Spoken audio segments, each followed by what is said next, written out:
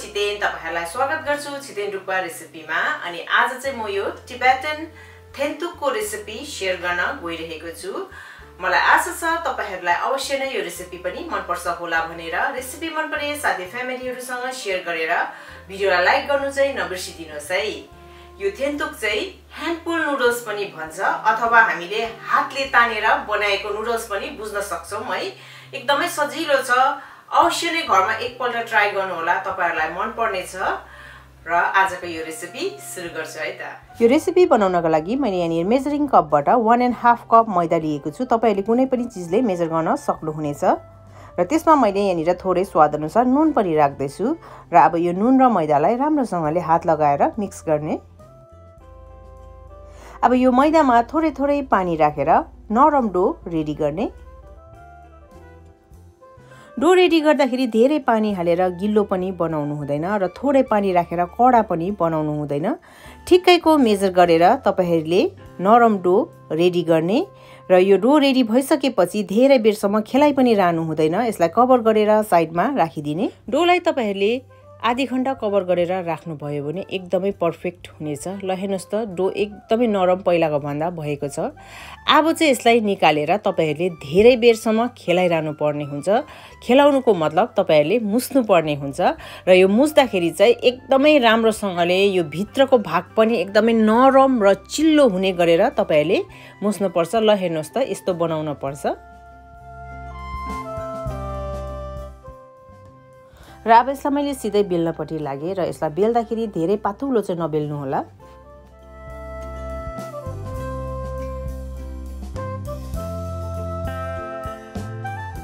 हेर्नुस् त, मैले धेरै पातुलो पनि बेलेको छुइनँ, धेरै मोटो पनि राखेको छुइनँ। अब यसलाई चाहिँ मैले यसरी काट्दैछु। तपाईहरुले भिडियोमा हेरेर इन्स्ट्रक्सन फलो गर्न सक्नुहुनेछ।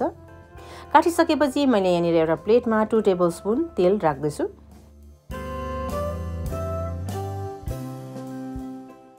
अब यो मैदाको डो जुन चाहिँ मैले बेलेर र यसरी काटेर रेडी गरेको छु, यो सबैलाई चाहिँ मैले यो तेल राखेको प्लेटमा सबै ट्रान्सफर गर्दैछु। सबै डोलाई मैले प्लेटमा ट्रान्सफर गरेपछि फेरि माथिबाट अराउन्ड 2 टेबलस्पुन तेल नै मैले यहाँ राख्दैछु। माथिबाट राखेको तेललाई चाहिँ तपाईहरुले ब्रसको सहायताले अथवा चम्चीको सहायताले स्प्रेड गर्न सक्नुहुनेछ। यति गरिसकेपछि कभर गरेर साइडमा राख्ने।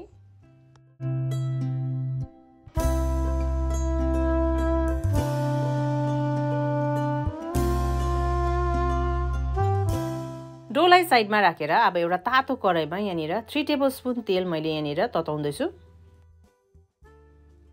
तेल तातेपछि यहाँ हाफ टीस्पुन मैले यहाँ टिम्बुर राखेँ। एउटा सानो प्याजलाई मसिनो चप गरेर राखेको छु। 1 टेबलस्पुन लसुन छ, 1 टेबलस्पुन अदुवा पनि लिएको छु। अब यो टिम्बुरलाई चलाएर यो प्याजलाई भुट्न पर्छ, तर प्याजलाई धेरै रातो हुन्जेलसम्म भुट्न पर्दैन। प्याज पाकेर नरम भयो भने हुन्छ। प्याज नरम भइसकेको छ। अब मैले यहाँ अदुवा लसुन सँगै राखेँ। अदुवालाई भन्दा लसुनलाई चाहिँ अलिक राम्रोसँगले पकाउन पर्छ। ल हेर्नुस् त, तीनटै सामग्री पाकेर परफेक्ट भएको छ, डढेको पनि छैन, रातो पनि भएको छैन। अब यसमा मैले एउटा मिडियम साइजको टमाटर एड गर्दैछु। अब टमाटरलाई पनि एकछिन छोपेर पकाउने।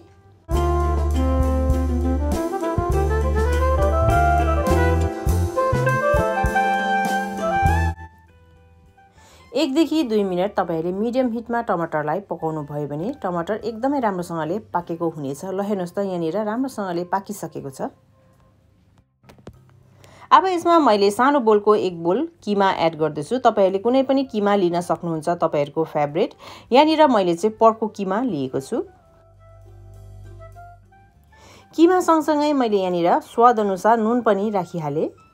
अब यी सबै सामग्रीहरुसँग यो किमालाई मिक्स गर्दै किमालाई एकदमै राम्रोसँगले भुट्न पर्छ। किमा भुट्दाखेरि जब तेल छुटिन थाल्छ तब चाहिँ तपाईहरुलाई थाहा हुनेछ यो किमा परफेक्टली भुटिसक्यो भनेर। अब यसमा मैले राख्दैछु बन्दाकोपी, यहाँ सानो बोलको 1 बोल। थोरै त्यसमा मैले मुला पनि काटेर राखेँ। थोरै गाजर पनि एड गर्दैछु। थोरै मटर पनि एड गरे। सब्जीहरु तपाईहरुको चोइस अनुसार राख्न सक्नुहुनेछ, कुन चाहिँ तपाईहरुलाई मन पर्छ त्यही अनुसार। र अब यी सबै सामग्रीहरुलाई एकपल्ट राम्रोसँगले भुट्न पर्छ। अब त सब्जी पनि राम्रोसँगले भुटिएर रेडी भइसकिएको छ। अब यहाँनिर मैले सुपको लागि पानी एड गर्दैछु र पानी बेसी कम्ती तपाईहरुलाई सुप कतिको बाक्लो पातलो मनपर्छ त्यही अनुसार एड गर्न सक्नुहुनेछ। सुपको लागि पानी राखिसकेपछि एकपल्ट राम्रोसँगले चलाएर कभर गरेर लो हिटमा सुपलाई पाक्न दिने।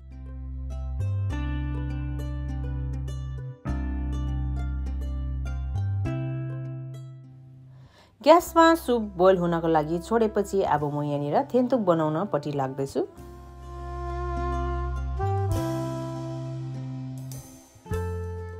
भिडियोमा राम्रोसँगले इन्स्ट्रक्सन हेर्नुहोस्, तपाईहरुले सजिलैसँगले यो थेन्तुक घरमा बनाउन सक्नुहुनेछ। हेर्दा अलिकति कम्प्लिकेटेड देख्ला तर बनाउनु एकदमै सजिलो छ। र हेर्नुहोस् त मैले यो साइडलाई यसरी चेप्टाउँदै आए र यसरी यो डोलाई तपाईहरुले रेस्टको लागि छोड्नु भयो भने यो धेरै इलास्टिसिटी फर्म हुन्छ र तपाईहरुलाई तन्काउनु पनि सजिलो पर्छ। कति जनाले यतिकै चेप्टाएर चुटाएर हाल्न थाल्छ तर मैले चाहिँ हल्का यसरी ड्याप गरेर अझै तन्काउँदै छु जसमा कि यो खाँदाखेरि अलिकति थिक चाहिँ नहोस्, एकदमै मोटो त्यो खाँदाखेरि मैदाको फ्लेभर नआओस् भनेर मैले हल्का ड्याप गरेर चाहिँ यसलाई अलिकति पातला बनाउँदै छु। बिस्तारै गर्नु होला, सजिलोसँगले यो तन्किन्छ।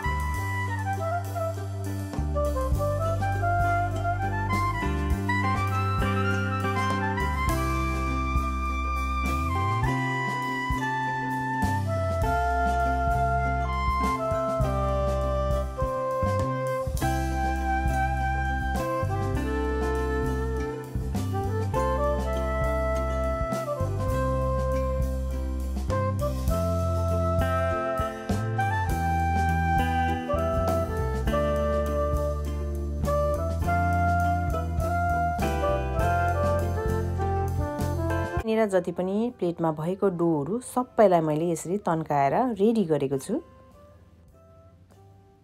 यति डो रेडी गर्दा गर्दै मेरो यहाँनिर सुप पनि रेडी भयो। तपाईहरुले यति बेला चेक गरेर तपाईहरुले अलिकति पानी थप्न मन परे पानी थप्दा पनि हुनेछ यदि तपाईहरुलाई अलिक बाक्लो लाग्यो भने, तर म चाहिँ थप्दिन, म चाहिँ यतिकै राख्दैछु। अब यो ग्यास अफ नगरिकन उम्लिँदै गरेको सुपमा यो थेन्तुकलाई तपाईहरुले चुट्टाउँदै राख्न सक्नुहुनेछ। ल हेर्नुहोस् त यहाँनिर मैले तपाईहरुलाई कसरी चुट्टाउनु पर्छ त्यो पनि देखाउँदैछु।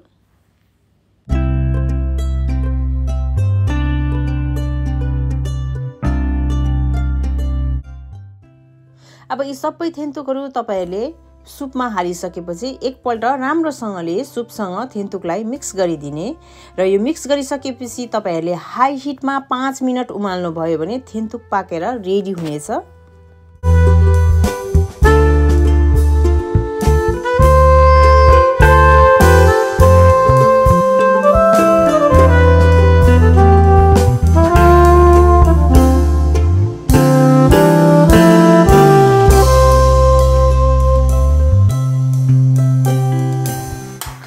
मैले 5 मिनट हाई हिटमा थेन्तुकलाई चलाउँदै पकाएको छु। ल हेर्नुहोस् त थेन्तुक पर्फेक्टली पाकेर कति खाउ खाउ लाग्दो देखिरहेको छ। अब चाहिँ थेन्तुक रेडी भइसकेको छ। तपाईहरुले यसमा धनिया अथवा तपाईहरुले स्प्रिङ अनियन एड गर्न सक्नुहुनेछ। मेरोमा चाहिँ स्प्रिङ अनियन नभएर मैले चाहिँ यहाँनिर धनिया पत्ता एड गर्दैछु। धनिया पत्ताले पनि एकदमै मिठो हुन्छ, ट्राई गर्नु होला। र कस्तो लाग्यो आजको मेरो यो रेसिपी कमेन्ट गर्नु चाहिँ नबिर्सिदिनुहोस्। रेसिपी मन परे तपाईहरुको साथी फ्यामिलीहरुसँग शेयर गरेर यो भिडियोलाई लाइक, अनि च्यानलमा नयाँ हुनुहुन्छ, यो छितेन डुक्पा रेसिपीमा नयाँ हुनुहुन्छ भने प्लिज सब्स्क्राइब पनि गरिदिनुहोस्। Thank you so much for watching. Bye bye.